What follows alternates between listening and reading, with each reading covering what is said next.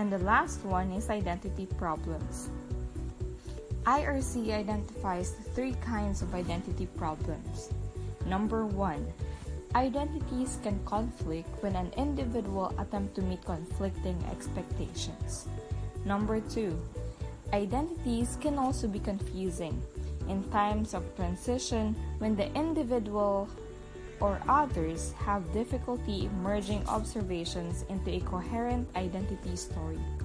And number 3, identities can be negative when the dominant identity stories focus on failure or unacceptable behavior.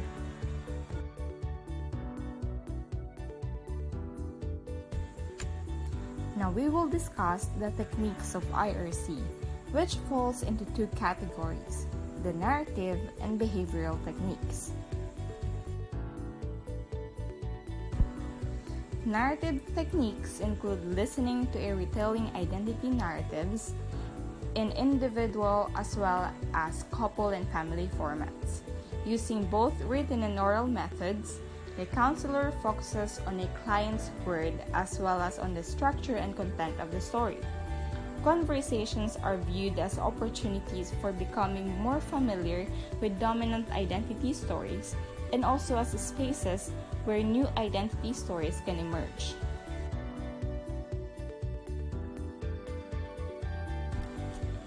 Behavioral techniques focus on the behavioral foundation of stories.